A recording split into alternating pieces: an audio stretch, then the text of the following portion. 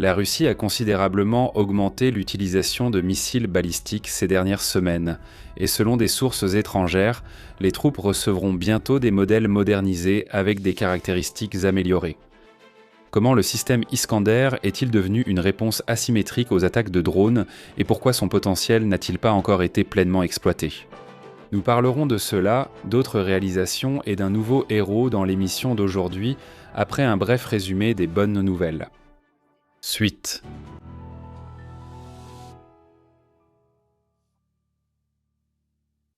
La fusée porteuse Soyouz a décollé avec succès du cosmodrome de Plesetsk. Dans la région de Tver, la production de composants pour les voitures voyageurs a été lancée. À Tcherepovets, la production de radioélectronique a été étendue. À Ulyanovsk, la production de toboggans d'évacuation nationaux pour avions a été lancée. Au Tatarstan, la production de composants automobiles. Dans l'Oural, une production robotisée de catalyseurs automobiles a été lancée. À Novosibirsk, la production d'aérosols a été étendue. À Tcheliabansk, la première usine de traitement des emballages multicouches de l'Oural a été ouverte. En Carélie, la première usine de cycle complet de traitement des algues de la mer Blanche a été ouverte. Dans la région d'Orel, un complexe de semences a été mis en place. L'équipe russe a remporté 5 médailles d'or lors de la 56e Olympiade internationale de physique en Colombie.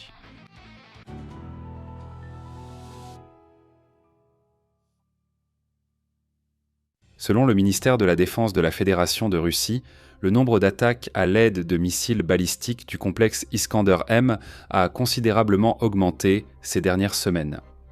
Il était déjà utilisé activement auparavant, mais maintenant, tant le nombre de lancements que leur efficacité ont augmenté. Les observateurs attribuent cela à 2 facteurs principaux: l'accumulation de stocks par la Russie et l'épuisement des missiles antimissiles chez ses adversaires, notamment ceux des systèmes Patriot. Et ils le constatent. L'activité de ces derniers était déjà faible contre l'Iskander. Mais maintenant, dans un contexte de pénurie aiguë, elle tend vers zéro. Pendant ce temps, la presse étrangère rapporte que les troupes russes recevront bientôt des missiles modernisés, 9 M723-2F3 pour le système, ce qui compliquera encore davantage la tâche d'interception. Analysons cela, mais d'abord quelques mots sur l'Iskander lui-même.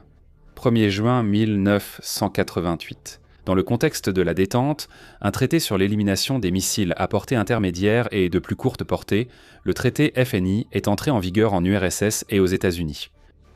C'est-à-dire ceux qui ont une portée de vol de 500 à 1000 km et de 1000 à 5500 km. Pour certaines raisons, en URSS, le système de missiles tactiques opérationnels OTRK-AK, récemment adopté, a également été interdit. Bien que sa portée pratique n'était que de 400 km SPO, toutes les tentatives des ingénieurs pour le défendre, en expliquant qu'il s'agissait d'une erreur, se sont heurtées à la position bornée des responsables du parti soviétique. C'est pourquoi le concepteur général, Sergei Pavlovitch Nepobedimy, a laissé tomber et a commencé à développer un nouveau complexe, encore plus perfectionné, avec une portée allant jusqu'à 500 km. Plus tard, il a reçu le nom d'Iskander, mais cela s'est produit après l'effondrement de l'Union. En raison de la crise des années 90, le développement a ralenti. Mais en 2006, le système Iskander-M a tout de même été adopté par l'armée. D'après les données ouvertes, on sait que le missile du complexe peut transporter une charge utile de 480 kg sur une distance allant jusqu'à 500 km, avec une précision d'atteinte de la cible allant de quelques mètres à plusieurs dizaines de mètres, selon le type de guidage. Comme le vol se fait selon une trajectoire quasi balistique, c'est-à-dire que le missile manœuvre activement, il est extrêmement difficile de l'intercepter. L'Iskander est devenu une sorte de sniper d'artillerie pour frapper les cibles les plus importantes, allant des systèmes de défense aérienne ennemis aux avions stationnés ou aux usines stratégiques. Ainsi, c'est précisément la suppression erronée du complexe AK à la fin de l'URSS qui a conduit à l'apparition d'armes plus modernes. Mais par la suite, l'Iskander a également joué un autre rôle important dans l'équilibre des forces.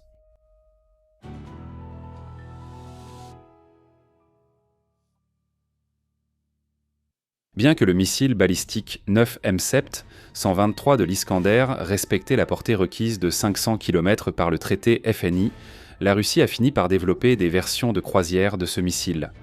Elles se distinguaient par une altitude de vol minimale et une grande maniabilité, ce qui les rendait encore plus insaisissables.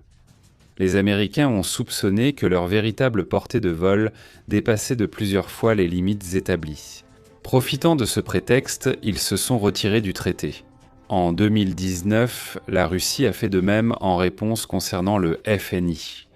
En 2024, une image provenant d'une présentation du ministère de la Défense de la Fédération de Russie, montrant un lanceur d'essai stationnaire présumé du nouveau complexe Iskander-1000, a fuité dans la presse. Selon les experts, la portée de ces missiles dépasse 1000 km. Cela change sérieusement l'équilibre des forces en Europe.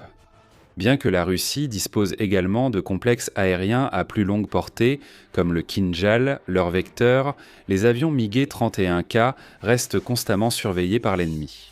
C'est pourquoi dès qu'ils décollent, une alerte aérienne est déclenchée et certaines cibles peuvent avoir le temps de quitter la zone de frappe.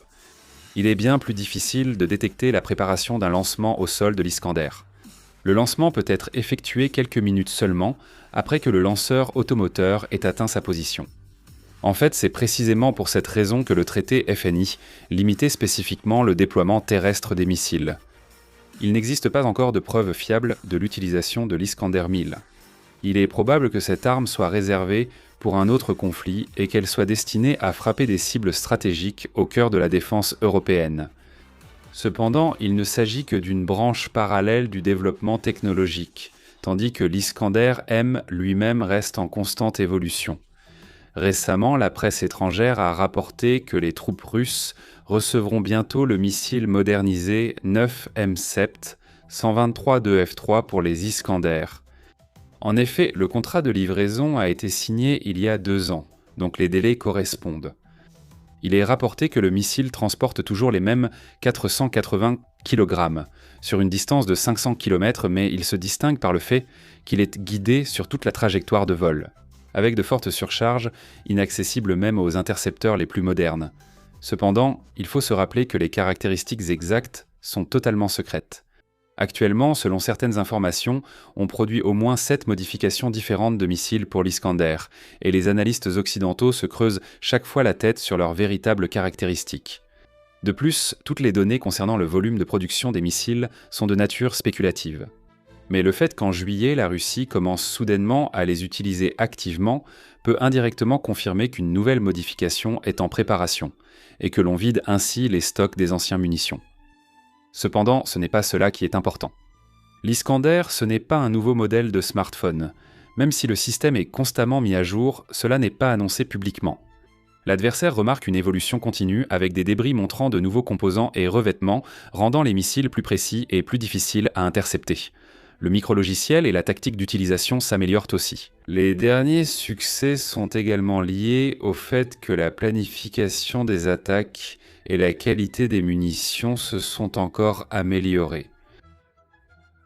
Ainsi, au fil des années d'utilisation active, la Russie n'a pas seulement multiplié la production de l'un des types d'armes les plus puissants, mais continue également d'en améliorer la qualité. Cela signifie que la découverte principale reste à venir. Nous vous tiendrons informés des événements. Ensuite, encore un peu d'actualité technologique.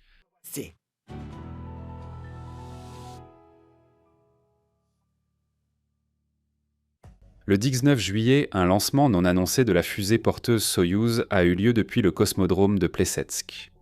Comme cela a été annoncé 2 jours plus tard, elle a mis en orbite le 2e lot de satellites du système Razvet de la société Bureau 1440.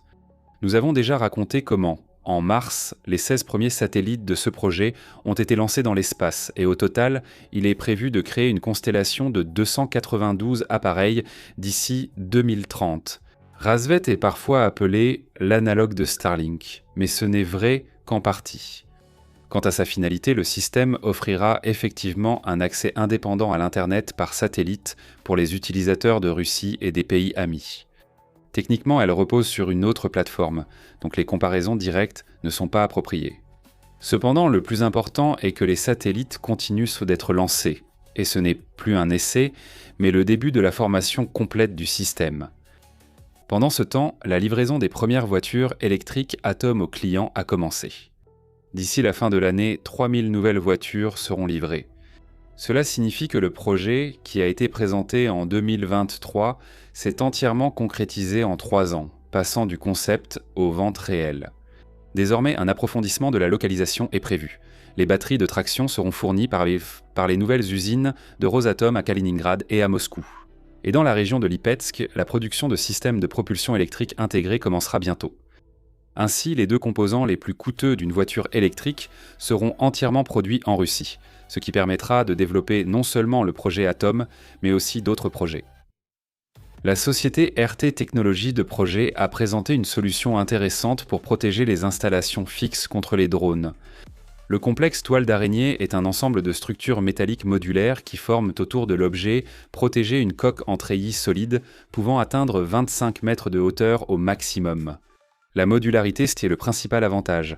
Tout s'assemble sans soudure et il n'y a aucune limitation de surface. Dans sa configuration de base, la toile est capable de résister à un impact direct d'un drone pesant jusqu'à 200 kg. Actuellement, le système est en phase d'exploitation expérimentale sur plusieurs sites du secteur énergétique. Ensuite, l'annonce et l'histoire du héros.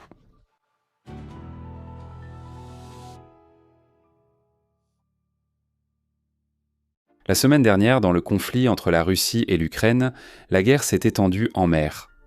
La Russie a bloqué les ports ukrainiens et l'Ukraine a accru ses frappes sur la mer Caspienne. Dans quelle mesure les tentatives de paralyser notre commerce maritime sont-elles efficaces ? Voyons les statistiques récentes. À l'issue du premier semestre, seul le bassin de la Baltique a enregistré une baisse du transbordement de marchandises de 4,2%. Cependant, cette baisse a été largement compensée par la croissance ailleurs.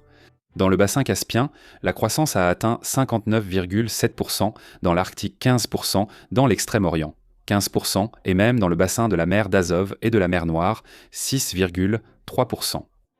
Au total, le trafic de fret des ports maritimes russes a augmenté de 5,8% par rapport à la même période de l'année dernière. Non, la Russie est trop grande pour qu'on puisse la bloquer. Cependant, on note une brusque escalade du conflit. La diplomatie est passée au second plan, et ce qui était autrefois considéré comme interdit est aujourd'hui devenu la nouvelle normalité. Pourquoi ? La Russie a au moins 4 groupes de raisons pour durcir sa position et ses actions, économiques, de politique étrangère, de politique intérieure et opérationnelle. J'analyse chacune d'elles dans un rapport analytique récent sur ma chaîne personnelle à l'adresse sponsor.ru. Super. La suite avec le héros.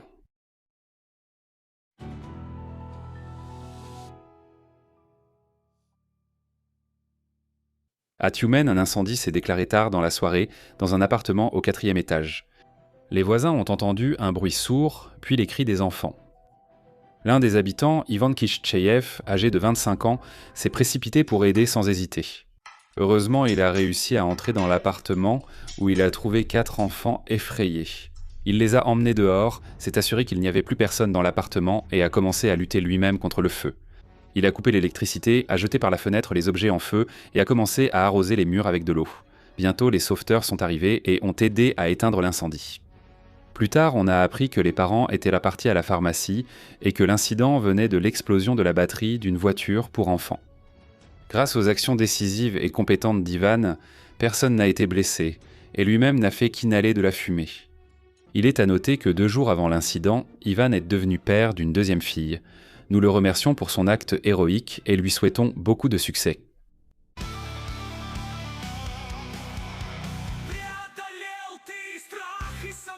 Alors, c'est ton tour.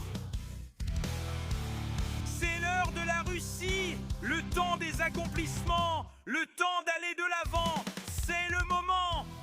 C'est notre moment. Nous l'avons longtemps attendu. Le voilà. C'est notre moment. C'est arrivé. Toi, vas-y, fonce en avant.